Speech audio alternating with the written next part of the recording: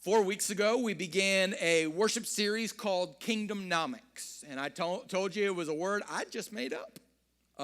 It didn't exist. I made it up just kind of off the top of my head because I wanted this series to be about more than just economics. Because I think economics can only take us so far, but God is calling us to go deeper. So we made up this word called KINGDOMnomics that we think is bigger and more encompassing than simple economics. And here's how we defined KINGDOMnomics. KINGDOMnomics is the biblical and spiritual understanding of how to steward the resources that God has lent to us. So 3 weeks ago, we began this conversation by talking about the big T word. You know the T word in church, not tithing. I know you thought it was that, but it's trust. At the end of the day, all of our giving comes out of the question, who do we trust? Is it economics or is it KINGDOMnomics? And how do we live in this new set of rules? 2 weeks ago, we talked about the secret to hitting it big. And we asked, what is it? If I want to hit it big, what does it mean? And we said that Paul was really clear with us, the Apostle Paul, that what true wealth is about contentment. It's about this shalom in our life. Paul said, I want you to know the secret of being content is the secret to hitting it big and allowing God's shalom in our lives. Last week, we talked about the iceberg principle. And we talked about our definition of success, that often we base our success based on that little 10% that we can see, and we ignore the 90% that we can't see. And so in order to be a true God success, we're going to have to redefine our understanding of profit and loss. And we talked about that part of that requires sacrifice. That at the end of the day, there is no empty tomb without a cross. At the end of the day, there is no resurrection without sacrifice. Now, if you missed any of these messages, all of them are available on our website, shilohumc.com. You can go there and see any of our messages over the last year or so, and the bulletins and message maps are with them as well. But today is Commitment Sunday. And so we're asking the question, what does it look like for us to commit ourselves to going beyond simple economics and really fully embrace this concept of KINGDOMnomics? And so as we do that, I want to invite you to grab a Bible and turn with me to 2 Corinthians chapter 8. 2 Corinthians chapter 8, verses 1 through 7. As you're looking for that, let me set this up for you and tell you kind of what's going on here in this passage. In 2 Corinthians 8, Paul is writing a letter to the church at Corinth. He had planted a church in this city. Corinth was kind of a major metropolitan city. It was a center for commerce and trade and religion and art and all kinds of things happening in Corinth. And so if you thought Corinth, think like New York City kind of level of city. It was one of the big ones. And so Paul, during one of his missionary journeys, he planted a church there, and his strategy would be to plant a church, raise up some leaders, and those leaders then would carry on the church while he went and planted the next church.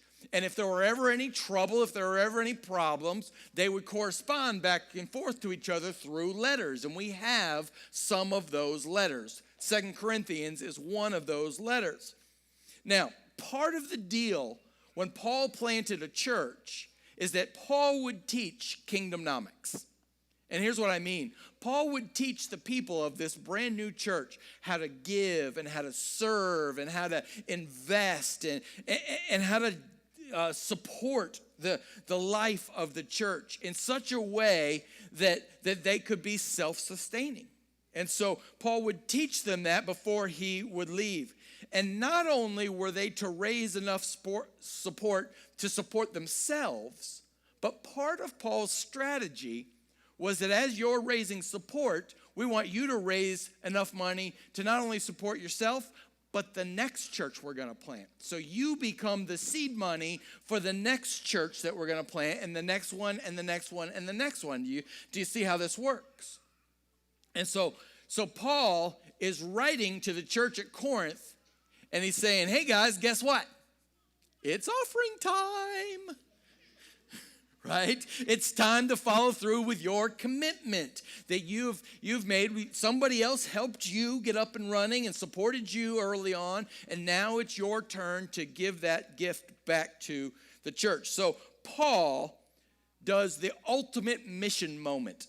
You know, every week you see me before we give an offering, I get up here and I tell some miracle story about what God is doing that is designed to encourage you about your giving, right? You know, and sometimes that may feel a little manipulative. I hope it doesn't. But it comes right out of the Bible. Because Paul, I stole that idea straight from Paul. Because here's what he does. He is setting up the Corinthian church. He says, before you take your offering, let me tell you about the miracles I'm seeing in this little church called Macedonia. Now, Macedonia is this, if Corinth is New York City and Ephesus is LA and Galatia is Atlanta, Macedonia is South Philly. All right, it's Flint, Michigan. It is, it is as blue collar as they come. It is a struggling, poor community. GM has moved out. P&G has already consolidated. Their jobs are hard to find. This is Macedonia. And Paul writes about this church. Listen to what he says. Verse 1. And now, brothers and sisters, we want you to know about the grace that God has given the Macedonian churches. Out of the most severe trial and their overflowing joy and their extreme poverty welled up in rich generosity. For I testify that they gave as much as they were able and even beyond their ability, entirely on their own. They urgently pleaded with us for the privilege of sharing in this service to the saints. And they did not do as we expected, but they gave themselves first to the Lord and then to us in keeping with God's will. So we urged Titus, since he had earlier made a beginning, to bring also to completion this act of grace on your part. Just as you excel in everything, in faith, in speech, in knowledge, in complete earnestness, and in your love for us, see also that you excel in the grace of giving. Now, there's some really powerful principles in those 7 verses that help us understand what KINGDOMnomics is really all about. And the first one is found all over it. The first principle is that KINGDOMnomics is about grace. KINGDOMnomics is about grace. 3 times in those 7 verses, Paul calls our giving a grace. Verse 1, he says, I want you to know about the grace God has given the Macedonian churches. Verses 6 and 7, again, twice in those 2 verses, he talks about giving as a grace. You know what grace is? I mean, it's not that thing we say before dinner. It's bigger than that. Grace is a gift. It is a gift. You can't earn it. You can't buy it. You can't pay for it. You can't do it on your own. Grace is an unmerited gift. I often define grace like this. Grace is everything for nothing given to those who didn't deserve anything in the first place. That's grace. It's God's gift to us. You can't earn it. You didn't deserve it. But God gave it to us anyway. The reason I am United Methodist today is because of our understanding of grace. And it's this grace that goes before us, before we ever knew, before we ever cared. It's this grace that saves us in our brokenness. And it's this grace that leads us on to be all that God has called us to be. And so what Paul is teaching the church in Corinth is that your giving is not about an obligation. It's not about paying the light bills. It's not about making sure there's heat on. That your giving is a gift. It's I get to, not I have to. Check that, church. I get to give, not I have to give. Now let me tell you another story that happened Sunday afternoon at our Kingdom Investors Dinner. Our preschool director, Beth Carter, she told us a story about something that happened in the preschool. And here's the way it went. There was a mom who came to her, and mom was going through a divorce. And she was really worried that finances were going to be tight. Everything gets cut in half. And she was really worried she wasn't going to be able to afford to keep her child in preschool. And yet for her child, in this time of chaos in their lives, when mom and dad are splitting up, this little 4-year-old doesn't know why or how or what's going on, this preschool is the only stable thing in this little 4-year-old's life. It is the one place she can go where there's stability, where someone will love her unconditionally. It's the one place where she can go that she can count on and doesn't feel a little crazy right now. And so this mom just came to her in tears, and because of the work our preschool has done, we've been able to build a bit of a surplus, and we've been able to build a bit of a gift program so that this mom could keep her child in the preschool during this hard time. And as she told that story, I was sitting here on the stage, and I remember thinking to myself, oh my gosh, I get to be a part of that child and the gift of that child staying in our preschool. Through my giving, I get to be a part of the answer to that mom's prayer. What a gift it is to give, right? So in KINGDOMnomics, KINGDOMnomics is all about grace. Verse 2 tells us that KINGDOMnomics includes everyone, right? Remember, Macedonia is this South Philly kind of poor, broke down kind of place. They don't have much. And sometimes we try to exclude ourselves, unrightly so. We exclude ourselves from giving because we say, well, I don't have much to give in the first place. And we tell ourselves that generosity is a luxury reserved for the wealthy. And if I were teaching economics, that would be true. But KINGDOMnomics includes everyone. I love how Paul describes the church in Macedonia. He doesn't sugarcoat their issues. He says they're in severe trial and extreme poverty, right? Big deals going on here. But he also says that because of KINGDOMnomics, because they know where their help comes from, because they understand true giving, they are overflowing with joy and rich in generosity. Isn't that cool? Economics shoves us into this if-only cycle. And you know what I mean by the if-only cycle, right? If I could only get there, if I could only have a little more, if I could only live there, if I could only drive that, if I could only wear these, if I could only get that promotion, if I could only make this, if I could only, if only, and this cycle of if-onlys, and we think if I could just get there, then I could. The problem is we get there, and all we can focus on is the next, and the next, and the next. In economics, the things we own eventually end up being the things that own us. How many stories have we heard of people who bought houses too big for them and it became a burden? They became house poor, or cars they couldn't afford, or whatever it was. And the things we thought were going to bring us happiness end up being the biggest burden in our lives. KINGDOMnomics, it's different. In KINGDOMnomics, our self-worth is not connected to our net worth. Let me say that again. That was really good. Somebody write that down. I'll forget it tomorrow. That our self-worth, who we are, what we're valued, how God sees us, is disconnected, is not at all connected to our net worth. So that God's favor is not just on those who can afford it, but God's favor, everyone is invited into KINGDOMnomics, where economics is exclusive.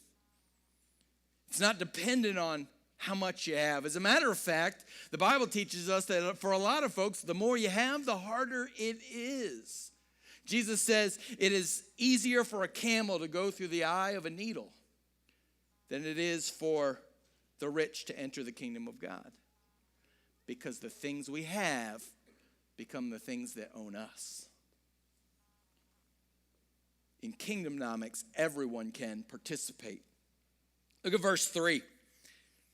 KINGDOMnomics requires a willing sacrifice. Now, we talked about this a little bit last week, that there is no resurrection without sacrifice, that it's going to take something for us to get to that place. But what does it mean to sacrifice? Well, Paul describes it in here. He tells us that the Macedonians, they gave to their ability and even beyond their ability. Did you see that? Even beyond their ability, entirely on their own. So it wasn't just a kind of a begrudging sacrifice. You ever gotten a gift that somebody didn't really want to give you? Kind of stung, didn't it? Right? It's no fun. Right? You know it's got all the kinds of strings attached and all kinds of problems going with it. But these Macedonians, they gave entirely on their own as much as they were able and even beyond their ability. Now, here's the amazing part. That sacrifice happens at the intersection of I can't, but God can. All right, up to that point, if we are giving or doing whatever we can do, that's a donation. And that's good. God will honor donations. Donations are fine. But resurrection doesn't happen until there's sacrifice. Amen? All right? And sacrifice doesn't happen until that intersection between I can't and God can, above their ability. Now, I'm not asking anybody to be silly about your giving. But I am challenging you to ask, God, what does it look like for me to give sacrificially in a way that makes God smile? Verse 4 reminds us that KINGDOMnomics is a privilege. It's a privilege. When the very first church I ever served, small rural country church in the middle of nowhere, and when I say nowhere, I mean nowhere. You could stand at one welcome to town sign and see the other one, you know. It really small community. And this little church of about 40 or so people have been around about 100 years and really kind of struggling as a church. And so I get there in January is my first day, January 1st, my very first day. And so I go to the January board meeting they have later on that month. And they're talking about the business of the church and all of these things. And I'm just kind of listening and trying to soak it all in. And somebody says, hey, what do we want to do with the air conditioning project this year? And somebody else says, well, I guess we'll just have to table it again like we have been. And I said, whoa, time out. Tell me about the air conditioning project. It's January. I'm interested. They said, well, this building isn't air conditioned. I said, oh, really? Our district superintendent left that little detail out. Nice. Yeah, and they said, so from about mid-May to about mid-September, after about 10:30 in the morning, this building is completely unusable. It's 100 degrees in here. I mean, it's just stifling hot. We put in fans, but it just doesn't even touch it. And so you just can't use this building during the summer. And I said, all right, so what's been the plan? And they said, well, we've been saving money for 5 years to put in air conditioning. We figure it's going to cost about $40,000 to put in air conditioning in this building. Now, remind you, the entire budget of this church was $76,000 the year I got there, including my salary. So everything included, $76,000. They needed to try to raise a little more than half of that to do this air conditioning project. And I said, all right, great. How much have you got saved? Oh, about $3,000. I said, now I see the problem. So I began to talk to some of the families in the church, and I began to ask some questions, and I began to say, what if we thought of this differently? Because here's what I kept hearing. You know what? We've been hot for 100 years. We can be hot for a few more. Right? And that was the reality. They really had. So I began to challenge them. I said, what if this wasn't about you?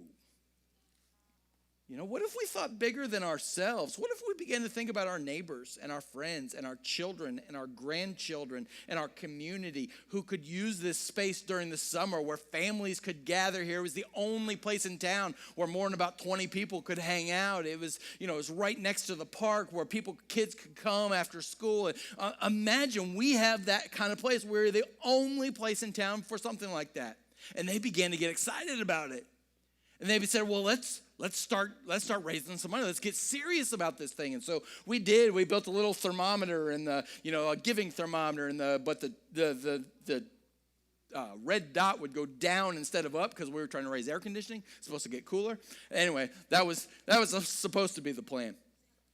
So we began raising money for this thing, and by our April board meeting, we had raised $35,000.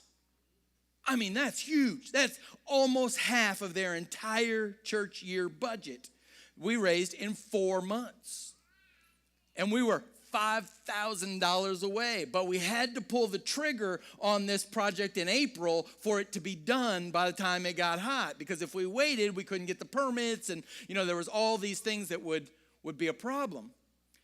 And so I said at our April board meeting, I said, hey, why don't we just, borrow $5,000 or take $5,000 out of savings, or just let's get this project started. You guys have done so good at giving. You've given way beyond what I ever expected. Let's just borrow the rest or do something like that. And everybody loved that idea, except Phyllis Bixler. There's always one, right? Phyllis sat at the other end of the boardroom table from me. Phyllis was in her mid-70s, I would guess, had been at that church forever and a day. And Phyllis heard me say that. And Phyllis slammed her hand down on the conference room table, jumped up, and she said, young man, because I was a young man back then. She said, young man, don't you dare steal from us the opportunity to give. You march your tail back in there on Sunday, and you tell this church we're $5,000 short. You give them an opportunity to give. You give them an opportunity to be blessed through their giving. And don't you steal from them the opportunity by going to a bank. And I said, yes, ma'am. Yes, ma'am. I had been given my marching orders. We did just that. We raised the money. We put in air conditioning, and it became the momentum this church needed to change, to become everything, a missional place where God was changing lives. And I'll never forget the lesson Phyllis taught me, that giving is not an obligation, but a privilege. And that we ought to never steal from people the opportunity to give. I think that's exactly what Paul was having the conversation with the Macedonians. He said, look, Macedonians, I know y'all are broke. Nobody's got a job. Why don't you just not give this year? And Phyllis Bixler was at that table too. And she slammed her hand down on the table and she said, Paul, don't you steal from us the opportunity to be blessed through our giving. They urgently pleaded with him for the privilege of sharing in this service to the saints. I think that is amazing. Now, I don't see that a whole lot. There's very few of you who, when we pass the offering plate, beg me to pass it again. That doesn't happen often in this church. Although I have begun seeing little bits and pieces of it. When we started talking about hosting the St. Joe's Christmas party here at Shiloh Church and bringing in these children and their families and foster kids and being a support system to them during Christmas and all that we can do, I've had people come up to me and go, hey, I know Santa who does magic tricks and I can do this and we can do that, and let us be blessed by giving, right? Because Kingdomnomics, giving is a privilege. Last thing I want to tell you, Kingdomnomics is about priorities. It's about priorities. Verse 5 says this, they did not do as we expected, but they gave themselves first to the Lord and then to us in keeping with God's will. Now, let me give you some context for what's happening here. Remember the Macedonian church, they were supposed to raise enough money to be self-supporting, and raise some money to send out to missions, right? So Peter, as the foundation of the church, remember Jesus said, on this rock I will build my church, right? Peter is the foundation of the church, and Paul is kind of the missional guy. And what Paul assumed they were going to do was the very first, the most literal you can get of robbing Peter to pay Paul. Paul assumed that what they were going to do is going to take their tithe, and instead of paying their tithes and instead of supporting themselves, they were going to give it to missions and truly robbing Peter to pay Paul. It's as literal as you can get. But they didn't. They kept their commitment. They knew what their priorities were. They said, this is important and this is important. And so we're going to find a way to do both. We're not going to compromise on our commitments because it's critical. It's about priorities. So Paul tells this amazing story. He sends Titus to go collect the offering, and Titus shows up, and we don't have 3 Corinthians. I wish we did. I wish it was the thank you note that Paul sent to them after they gave their offering. I wish we had that. I like to think it might go something like this. Hey, church in Corinth, you guys rock. In Hebrew, of course. But, you guys are amazing. You blew me away. And I'm going to tell your story of faithfulness and giving. And it's going to inspire others. And it's going to challenge others. And the miracles that are happening because you gave. So let's keep doing it. See, at the end of the day, the difference between economics and KINGDOMnomics is about money. KINGDOMnomics is simply about making God smile.